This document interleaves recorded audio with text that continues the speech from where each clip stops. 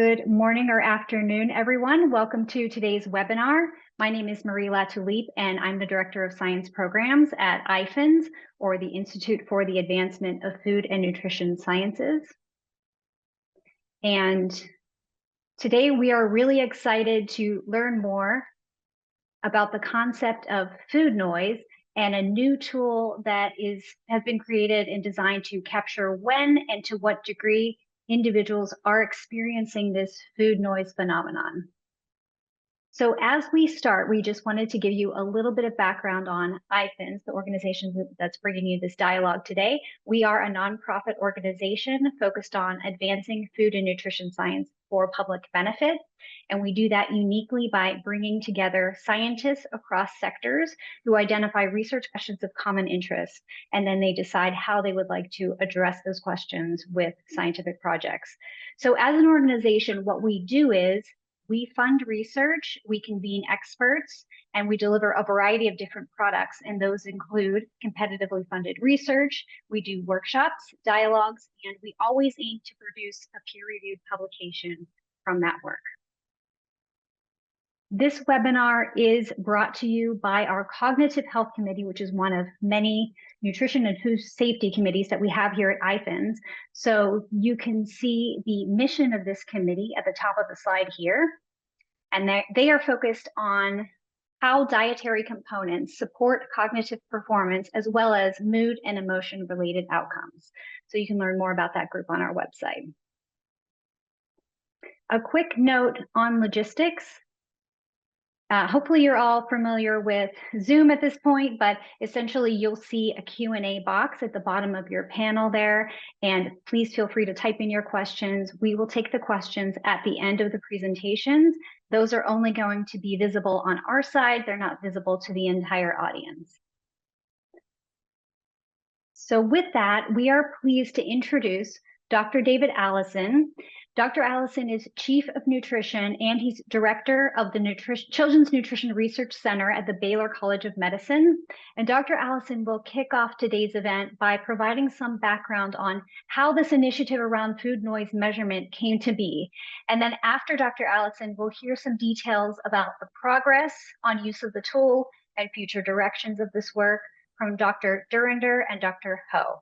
So to start things off, we'll turn it over to you, Dr. Allison, to tell us more. Thank you, Dr. Latulippe.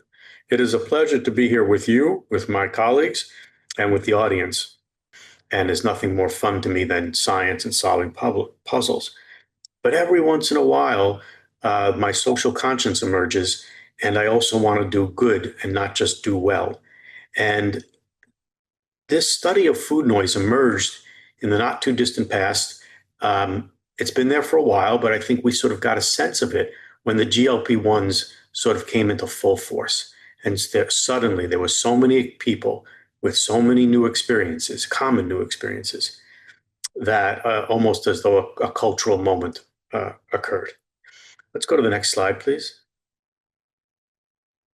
These are some disclosures. I won't read them to you. You can read them yourselves, and I'm sure the slides can be made available to people who want them. Next slide, please.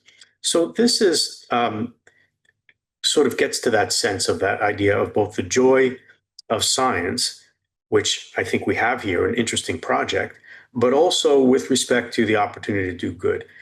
The picture on the left is me as a young man with Eric Ravusin and Ted Van Italy and Mickey Stunkard, and then over on the far right is Stan Heshka. And Mickey, he has since passed on, but he was a dear friend. And he was my hero and somebody I admired. He was a psychiatrist. And at some point, this was sort of in the early 90s. That was, another picture of us all together back at that time with some of the luminaries of the field you can see at another meeting. And Mickey was really pushing the idea of binge eating disorder. And he was doing some studies, and I was helping him a little as a statistician on some of those studies. And I kind of gave him a hard time at a meeting once. And I said, Mickey, I got to the microphone. I said, you talk about these ideas of binge eating disorder, and you put up these graphs of, the extent to which people endorse certain things. And then we put up cut points and you say that's a disorder. I say, you're just chopping up a continuous distribution. What does this got to do with being a disorder? Why do we have to call it a disorder? Why don't we just say, well, there's some variables we measure? And he said, well, David, you're right. And he said, but we live in a practical world, not a theoretical world. And in the practical world, there are real human beings. And these real human beings sometimes suffer and they need help. And our system, it's hard to get them help if we don't have good treatments. And it's hard to get good treatments, especially pharmaceutical treatments, when that's appropriate, to be approved for them when there isn't a market. And there isn't a market if it's not a disorder. So by calling it a disorder, it helps destigmatize it in some cases. Some people argue it creates greater stigma, but sometimes also lesser. It creates an opportunity for FDA approval for drugs for the use of that, which then creates a market for pharmaceutical companies to develop those drugs or the data supporting their use. It allows for third-party payment more easily, and it allows more people who need help and want help to get help. And I think that was very profound for me. And so this is, I think, we're at another similar moment where we are looking at something, in this case, food noise, that many of us here probably experience. I know I experienced some of it, and many others out there. Let's go to the next slide. Ted, who was a beautiful writer, once said, in the past, man hunted food. Today, food hunts man. And I think that is the experience that many people have with food noise. They feel hunted. They feel harangued. They feel harassed. They feel, as Kelly Brownell put it once, that they live in a toxic environment where at every turn of the steering wheel while driving from work to home, they are faced with another fast food restaurant calling out to them. Kelly pointed out at one point that it was the internal marketing mission of a major fast food company that no one should be more than a 3-minute drive from one of their restaurants. And that really speaks to sort of the ubiquity with which we are faced with food. David Kessler, the former FDA commissioner, who has a new book out on GLP-1 agonists and food noise, and is a bright man, he himself struggles with his weight. Here's a physician, former head of the FDA, a very intelligent, educated man, and yet, for whatever reason, finds it difficult to bring his weight under control until now with a GLP-1 agonist. And he talks about, at one point, the idea that after he sort of got his awakening call about his interest in obesity that he himself struggles with, he said, when I go to a business meeting now and they serve food, I consider it a hostile act. Now, I won't go so that far. I kind of like it when people offer me things. I feel it's a gift. Even if it's a gift I may not necessarily want at the moment. But I do understand the idea of the constant bombardment. Let's go to the next slide, please. So we started hearing from people this idea of life-changing experiences. Another physician who was on my board, a physician scientist back at Indiana University, highly accomplished man, very intelligent, very successful, ran a very large, financially successful business. Clearly a disciplined person, an intelligent person, an educated physician. He had all the tools that we're supposed to have. He had discipline, organization, money, education, and yet he could not get his weight under control until a GLP-1 agonist. And what he said to me, David, is chronic hunger is exhausting. He said, I didn't know it could be like this. This is life-changing. I'm not constantly thinking about food. I feel free. I have the monkey off my back. It's very moving when you hear people use phrases like life-changing. I wish it could always be this way. Someone in a Scientific American article, a woman wrote, even if I never lost a pound taking a GLP-1 agonist, just the freedom from the food noise alone would be sufficient for me to take it. Next slide, please. So these are profound experiences. The Stop Obesity Alliance published these data here, these statements here, shows the incredible reach of this. This idea of food noise has taken off. And I think it's something that was always there, but you didn't always recognize it was there. Perhaps not a perfect analogy, but not unlike the frog who goes in and out of the water, who comes to the bank, sees some fish who are always in the water, say, how's the water today? And the fish say, what's water? Because if you're always in it, you kind of don't know it exists. But suddenly, people are having the experience of a lessening or even an elimination of food noise. And they describe it as profoundly life changing. And so this was not lost on us. It's not been lost on many others. It's become the darling of conversation now. And of course, as with any darling of conversation, it invites backlash. So then we see the moral panic of some people. There's an interesting Vogue piece on this a day or two ago, which I think to me expresses some very prejudicial attitudes toward persons uh, meeting their own goals for what makes them comfortable and happy and wanting to foist values on them. But for many people, this is profoundly important. Next slide, please. And so it began with our curiosity, our compassion for the patient experience, our own personal experiences, so-called lived experiences. We were joking before the seminar, are there experiences that are not lived, but lived experiences all converged that food noise was an important concept that we needed to start studying. And as Lord Kelvin, as in Kelvin temperature, famously said, it is only when you have begun to quantify things in measurement that you have moved from pre-science to science. To do the real science, you've got to have measurement. E.L. Thorndike famously said, anything that exists exists in some quantity and can in principle be measured. And based upon those principles, we have advanced the measurement, and that's where the scientists in me comes in. So building on the compassionate need for this, now we're having fun with the science. How do we make sure we're measuring what we think we're measuring? How do we get it just right? How do we get that precision? How do we tell people transparently what our precision is so that they know? And that's what our team is doing, and we're glad to share that with you. Thank you, David, for the wonderful introduction. I am thrilled to share with you all what we have been doing and what we've been up to. And just to give you a little background of where we started with this question, as David mentioned, we were hearing about this in the media, and so we convened a panel discussion at the American Society of Nutrition meeting in 2024. And we started by saying, let's first think, is food noise new? Is this a new concept, or is it something that's been around for a while? And at least the term food noise, we first looked to see how long people have been Googling it. And you can see that somehow back in April 2006, someone Googled food noise. And then it's pretty steady over the years. And Wegovy came out in June of 2021.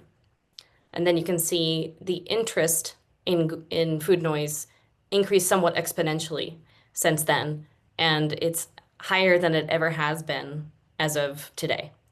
And so there's definitely been a significant, at least, increase in the interest in food noise and that term and the use of that phrase just in the last several years since weight loss medications have come onto the market. Next slide, please. And in 2023, Hayashi and colleagues, this is a paper out of Travis Masterson's lab, and they study food cue reactivity. And so they were interested in trying to understand and incorporate food noise into models of food cue reactivity. And they defined food noise as heightened or persistent manifestations of food cue reactivity. And they also asserted that it leads to food-related intrusive thoughts and maladaptive eating behaviors, and that it is propagated and reinforced by external food cues. Next slide, please. And so in looking at that, we thought to ourselves, well, is that also what we are reading from patient experiences, from the expertise and the experience on our panel? Is that what we hear patients saying? And so we thought about that, and we concurred that in our experience, food noise may be different than heightened food cue reactivity because it occurs in the absence of external food cues. And so patients describe it being extraordinarily persistent. So for example, it occurs outside of normal meal times, in between meals. And whereas food cue reactivity tends to be transient and related to those external cues, people describe food noise as something that is persistent. Next slide, please. And so what we did is we collected articles from the media that attempted to define food noise. And we analyzed the definitions of food noise that were given and the anecdotal experiences of food noise. And we looked to see what are all the different facets or all the different characteristics that food noise has. And we also put all the definitions into a word cloud here just as a visual for you. And you can see, obviously, food stands out. The word chatter very much stands out. Thoughts, inescapable, persistent, incessant, internal itch, constant, intrusive, noise, hunger. And so, again, just to give you a visual of just the culmination of what all those definitions are conveying. Next slide, please. The other thing that we noted is that in the public discourse, most people talking about this are those who are attempting to control their weight and their food intake for health-related reasons. And we also noted that a lot of the experts on our panel at ASN said, well, this also sounds a lot like how people with eating disorders talk about food and talk about their experience. And so we said, okay, so let's focus on that as the affected population, people who are thinking about food to control their weight or perhaps because of an eating disorder. And the features that we went through each article and found the following features to be consistent across the definitions. So one is dysphoria, or just being ill at ease, distress. Another aspect that stood out is the cognitive burden of food noise, and that it's distracting. It's always on your mind. It takes up space where you would prefer other things be there to take up space or to be your focus.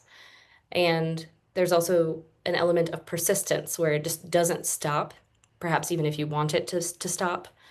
And there also is an element of self-stigma to some of the anecdotal experiences people expressed that they, in the past, thought maybe that not being able to control their thoughts about food was their own fault. But when they took the medication, they felt a very emotional wave of relief that perhaps it wasn't their fault this whole time. It wasn't just their lack of willpower. Next slide, please. So we also, of course, wanted to ask ourselves, but okay, well, can we already measure food noise? What about very related constructs that are already in the literature?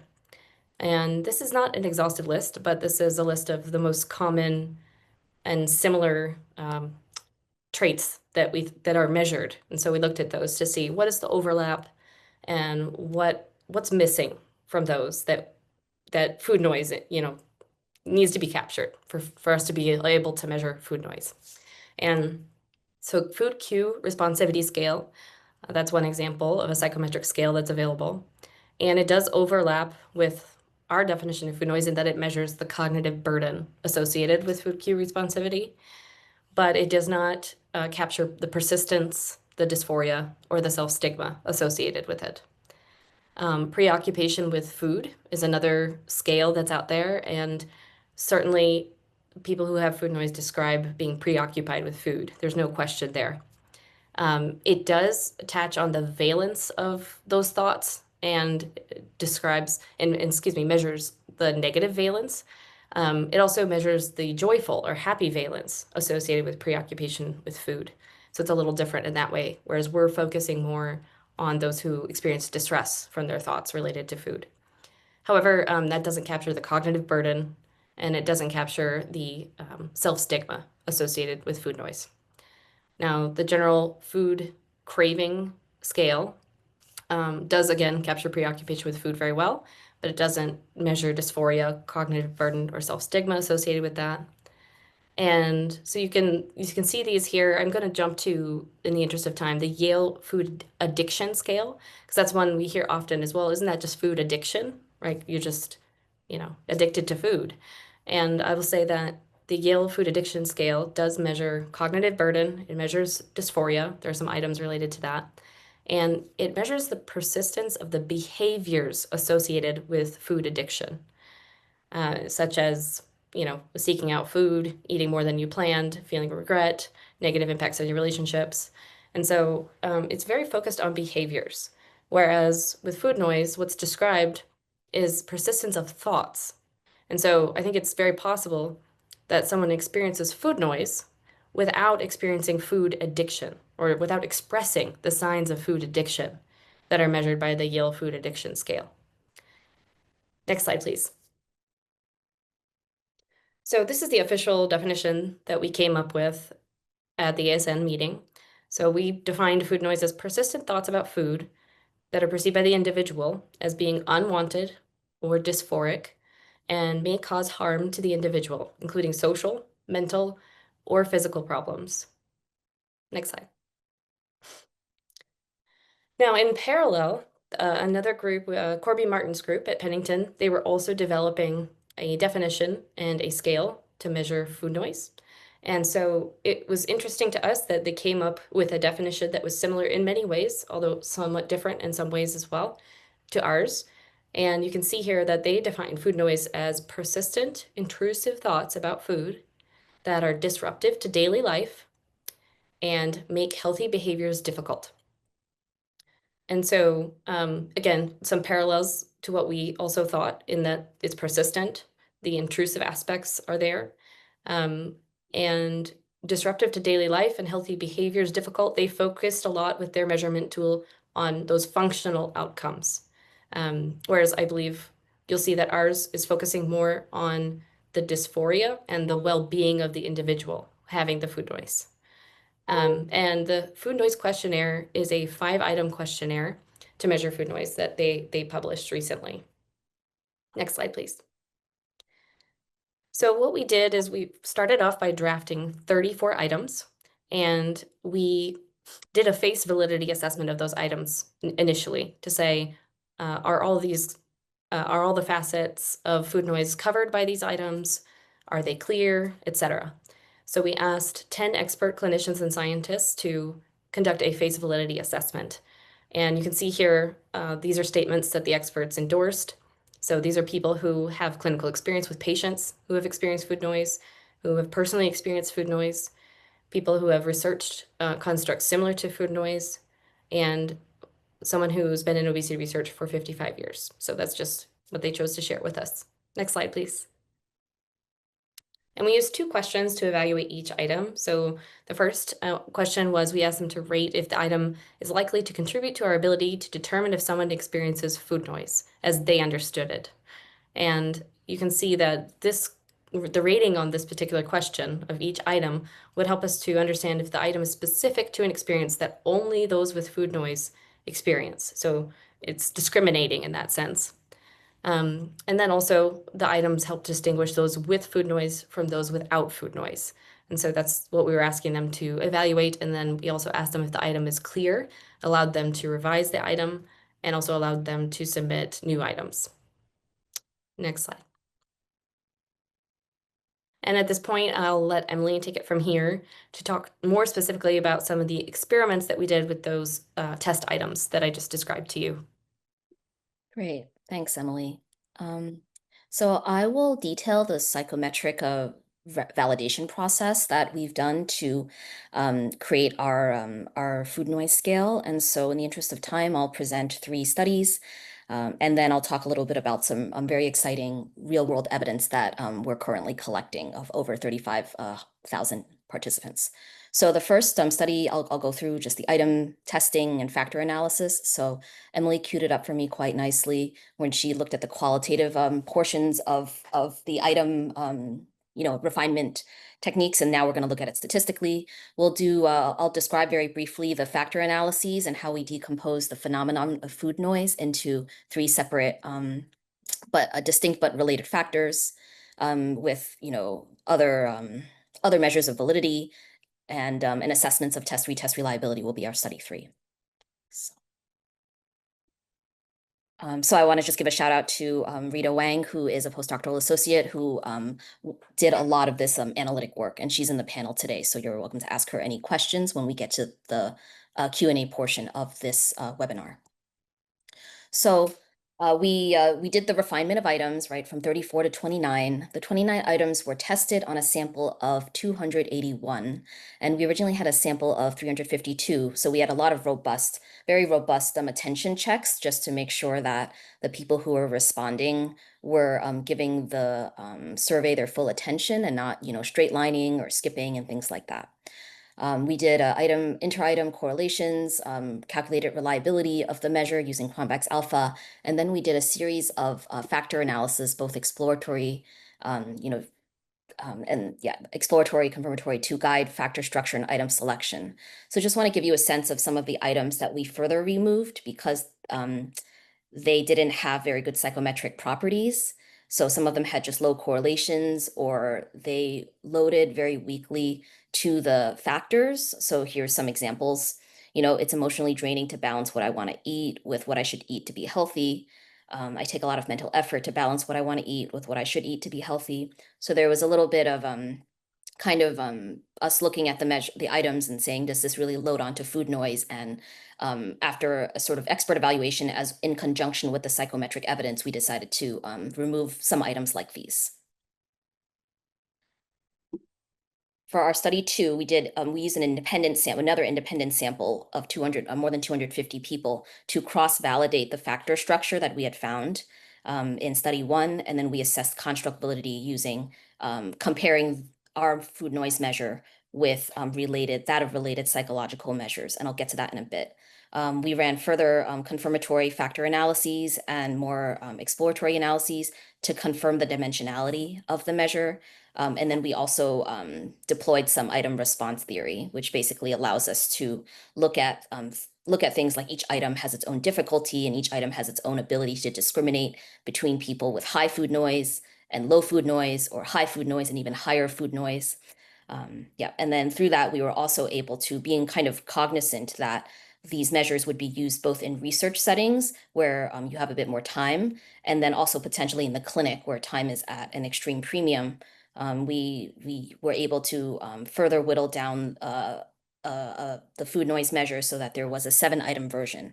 And that had some nice reliability properties as well. So we have a 29-item, roughly 23-item research version and a 7-item short form version. And you can use either, and they give you basically the same psychometric bang for your buck, as it were.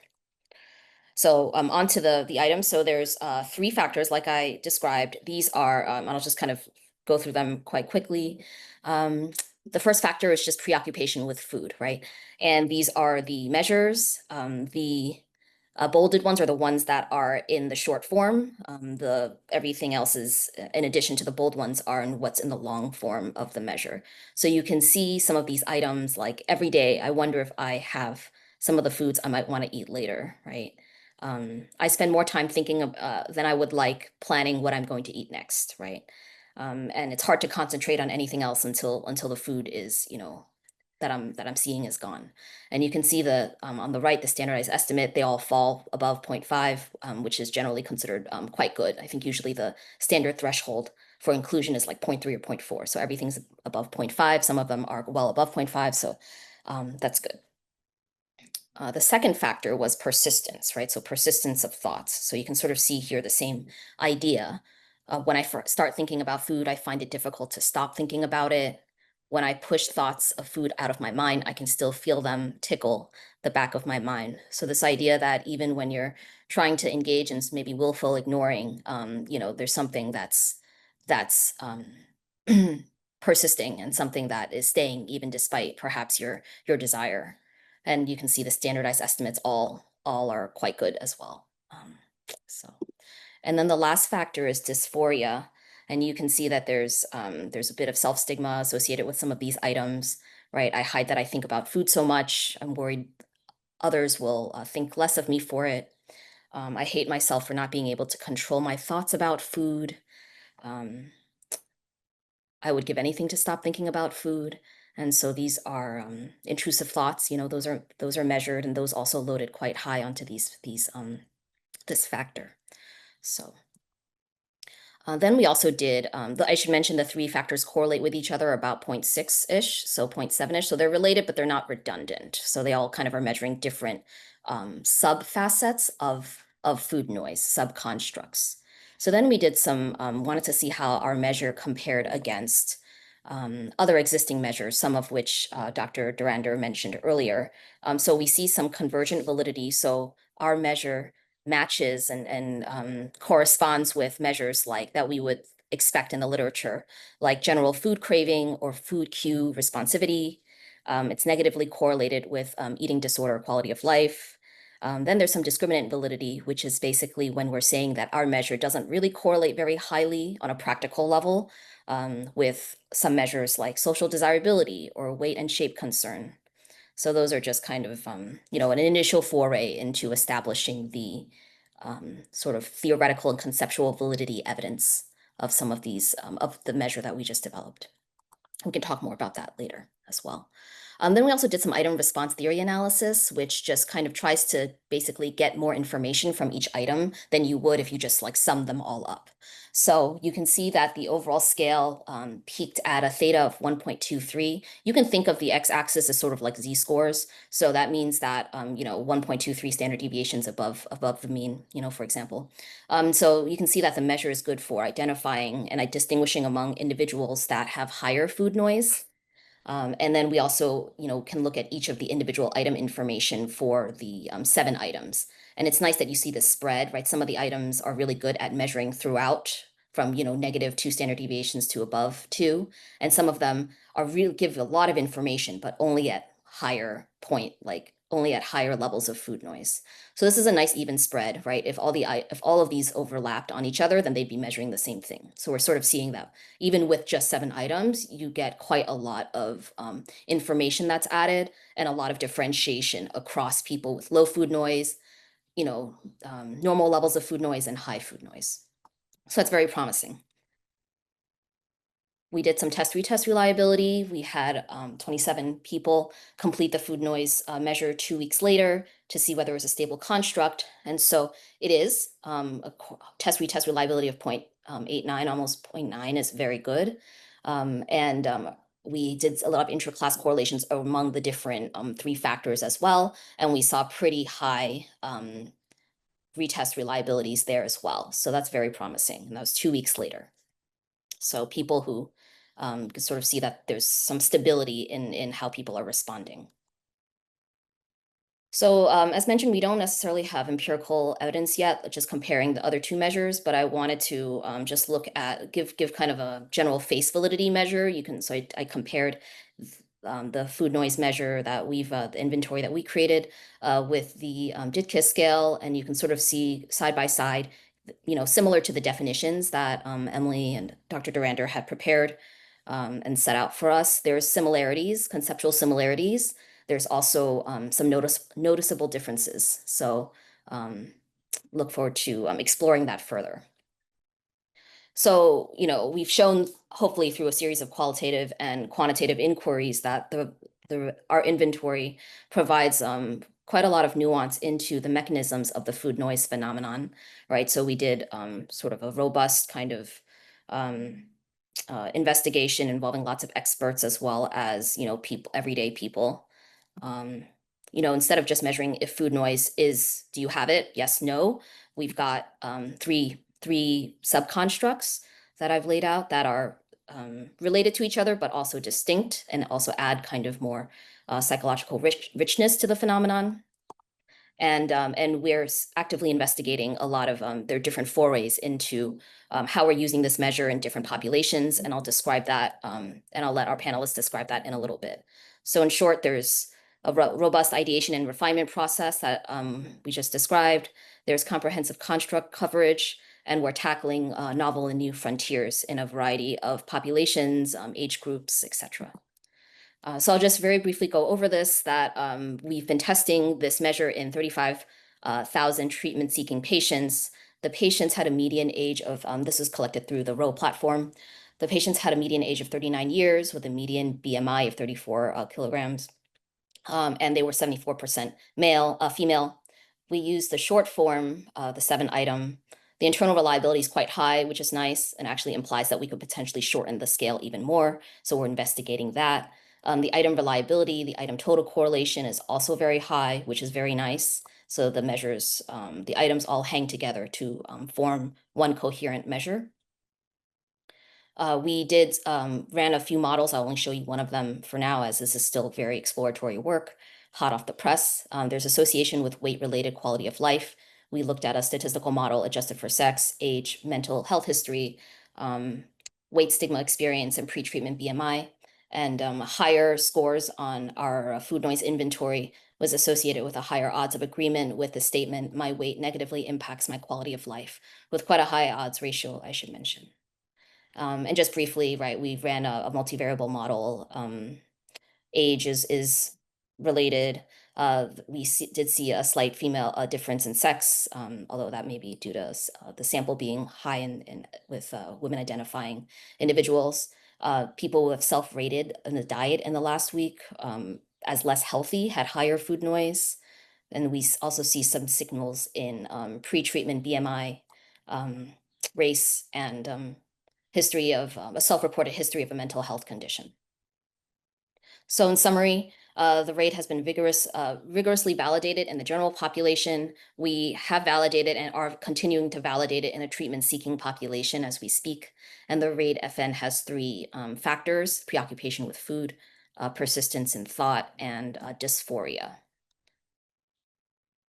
We have lots of next steps that I'm excited to hand over to our panelists to talk more about, but I'll just kind of tease here that some of the steps that we're going to take involve developing diagnostic criterion for the measure, using the measure to assess whether food noise is a trait, sort of a more stable personality trait, or whether it's kind of a state of mind, right? Whether it can be influenced by cues outside the environment.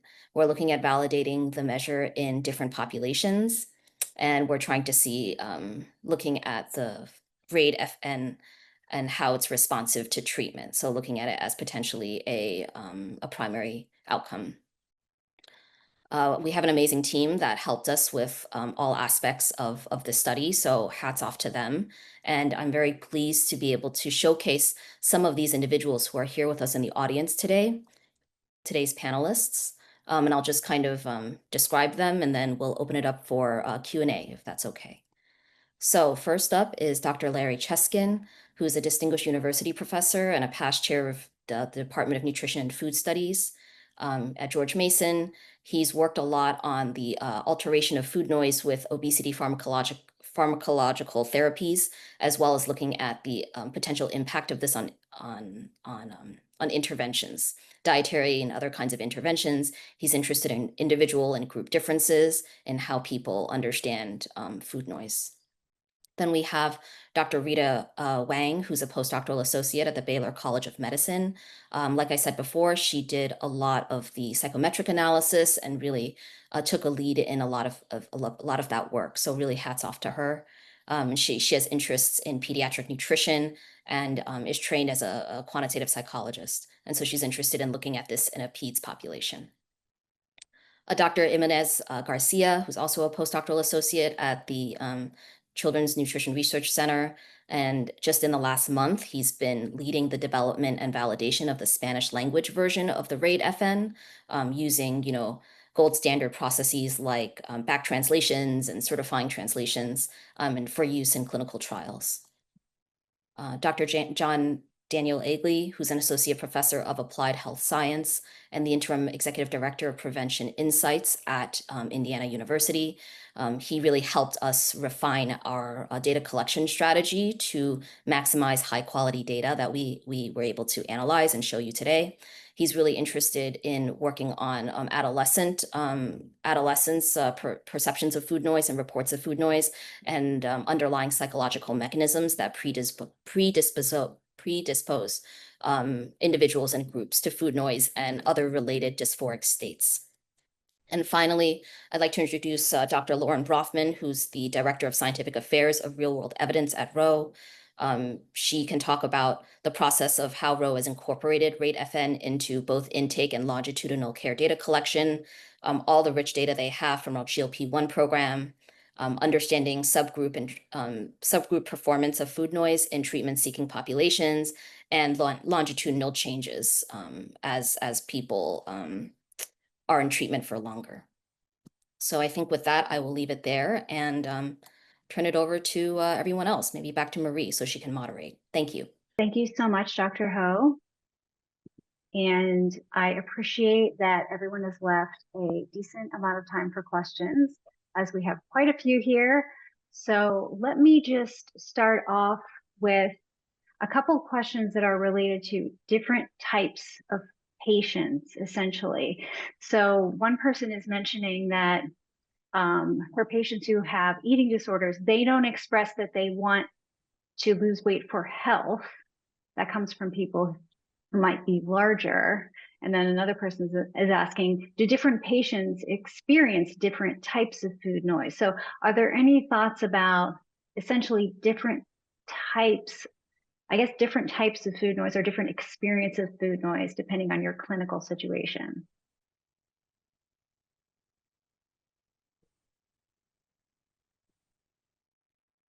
Well, I guess we can talk about some relationship with looked at between BMI and food noise, because we regressed food noise on BMI on a nonlinear regression.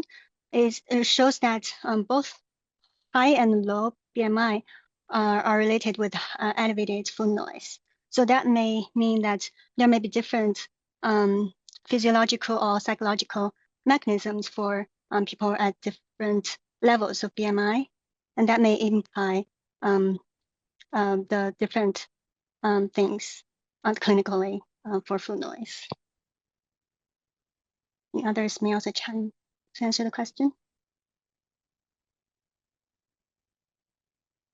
I think this is a question that some of the real world data that we're collecting at Roe may help answer. We're talking about a patient population with overweight and obesity that are seeking GLP-1 therapy. So they all have that in common. But within that group there's a diverse set of patient profiles and patient experiences. And so I think one of our plans for future research is to explore baseline RAID scores and food noise experience in different subgroups of patient populations. Great, thank you. There's a question here, I guess, thinking about different populations. Do we know anything about children's experience with food noise, or is that kind of an open research area? What I can say is, and I welcome my colleagues to chime in, I know of no formal data on that, but we do know anecdotally that there seems to be some similarities, and it'd be surprising, at least in adolescence, if there weren't some. But we are looking to launch some investigations of that very, very soon. So we will have data. And if anybody in the audience is working with large research populations or clinical populations that they think might be apt for us to collect some data in, we welcome them reaching out to discuss that. Great, fantastic. All right, more work to be done. So since we have you, Dr. Allison, there's a question directed specifically to you. I don't know if others can answer as well, but the question is, if the motivation to reduce this sensation of food noise is salient and GLP-1 analogs reduce it, why is there such a high discontinuation rate for these drugs? I'm sorry, why is there such a high discontinuation? Oh, I think there are many reasons for that. Some good, some, you might say not so good. So some of the not so good reasons are cost, side effects, concerns, but not necessarily experience of side effects. Those are all reasons we would eventually like to overcome. Then there are other reasons, which may be that people just feel they don't want to take a drug forever. And so if they get some relief for a while, then they'll come off and maybe come back. We also hear about some people who say, I get a little anhedonia, meaning, too much liking taken away. I like liking food. I think most of us like fulfilling desires. We don't like not having desires. We just don't want to suffer from the process of fulfilling our desires. And so I think all of those things are in play, and it's over time that we will learn to roll these things out in a way that optimizes things. I would just add one other factor. That's a very comprehensive list, David. But some people stop because they're not getting efficacy from the drugs. And this is a significant population. And one of the things we're interested in looking at is whether people with high levels of food noise are more likely to get relief than those who don't. Well put. Great. Okay. So another question about just this concept of food noise that maybe we've just put words around finally. And so the question is, do you think it's existed for a period of time, or is it a product of our food abundant society or our food environment? What if you were able to administer this questionnaire in areas where food is less abundant? Would you expect something different? I think we know anecdotally and from literature that experiences around the cognitive burden of food seeking and so on have existed throughout time. That is, as long as there's been food and people, there have been thoughts about people and food and so on. Exactly their nature, I don't think we can quite say. But we know that even way back in time, when there were few obese people, there were still obese people. We can see it in photos from the early 19th century. We can see very obese farm children and so on as an example. Rarity, but it occurred. We know the Greek myth of Tantalus. Tantalus had food noise. So clearly this idea of struggling with food, and if you don't know Tantalus, where the word tantalizing comes from, and he's punished by having to be always tempted with food that he can't eat. He's got food noise. He's obsessed with it. There are other aspects of food that are like that. I will say, Yeah, please. if I may add to that, also if you reading the Minnesota starvation experiment study papers and early experiments by Ansel Keys, that also suggests that what is described in that study, where the participants were basically semi-starved, is that they became very preoccupied with food. So even those who were not preoccupied with food before, the experience of semi-starvation was enough to heighten them, I think, to that experience of having perhaps more food noise. And so that's another, I think, potential causal factor in the pathway of what causes food noise. It may be very, exacerbated by our external food environment, but I think frequent dieting and undergoing starvation, either intentional or unintentional, may also increase food noise. So that's a working hypothesis as well. Mm-hmm. Yeah, great. And that answers another question here, which was asking if a eucaloric state versus the opposite would affect outcomes on using the tool. So thank you for answering that one. So there are a couple questions here about food addiction and kind of distinguishing food noise from food addiction. So this question, well, is for anyone, but does this tool distinguish the two, or how can we do that? Are they basically, you need two different measures? Is So Sydney on with us? She's not, unfortunately. I'm happy to at least try attempting this one, although we may follow up with her and circle back with you. But I think, for example, the Yale Food Addiction Scale is, I think I mentioned in my part of the talk, it's a little bit distinct from food noise in that it's measuring the use of food as a substance. And so, and John, you might be able to chime in and help us out on this one as well.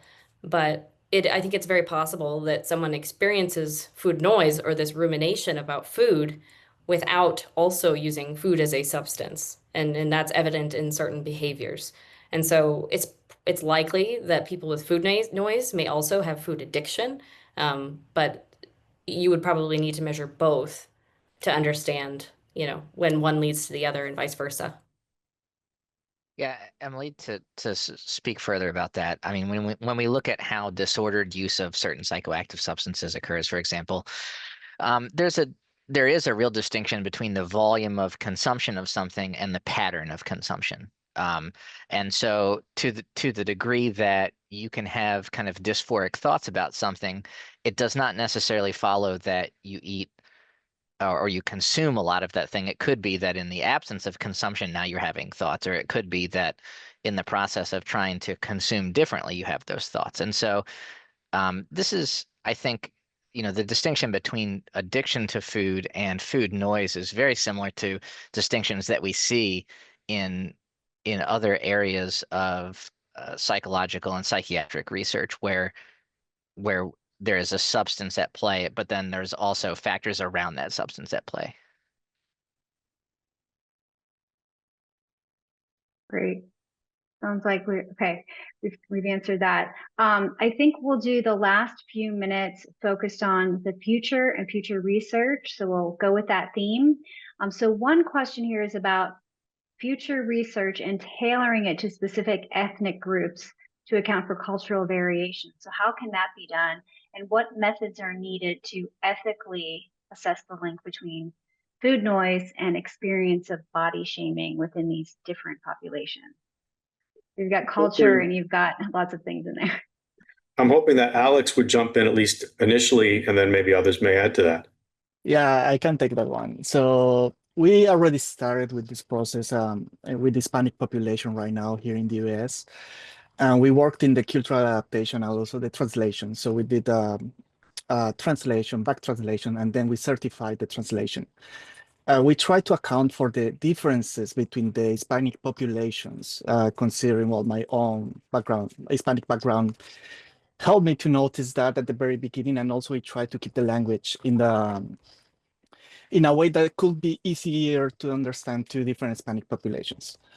Based on that, we want to proactively to address any kind of health inequity or health disparity based on the new assessment that we are trying, because it's a new construct. After this, the plan is to collect data, and based on the data, we want to confirm the factor structure to know that the instrument in Spanish is also valid. So we are measuring the same thing, and we can account, and we can also run the same analysis and use the data in this main data set as well.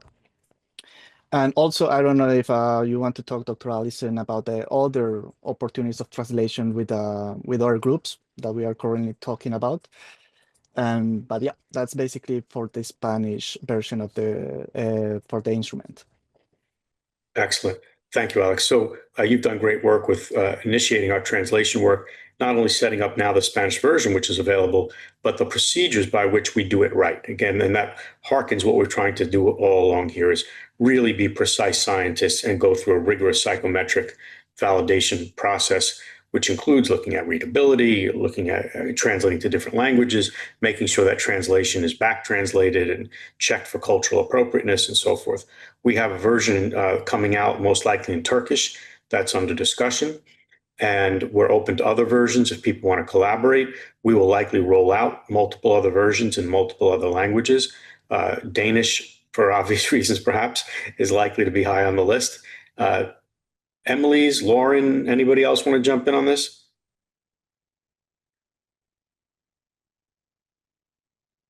We have lots and lots of future directions that we are all actively pursuing. All right, that covers it. There's lots to do. All right, so maybe one final question about future research. So the question is this tool available for research use by others now, or if not, at what point is it going to be available for others to use? It is available now.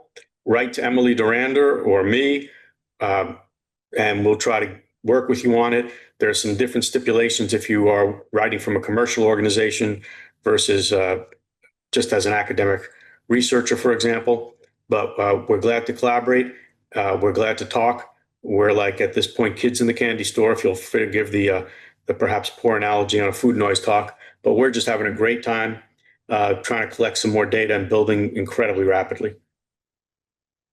All right, fantastic. So please reach out to the research team or to me, and I can pass along any requests.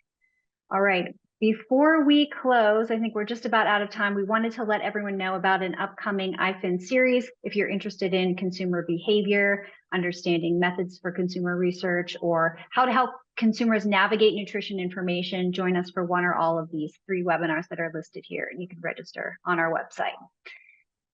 All right, so with that, we want to give a huge thank you to our speaker panel and all the panelists that have joined us today. We invite everyone to connect with IFINS, and we hope that everyone has a great afternoon. Thank you, everybody. Thank Take you. care. Thank you.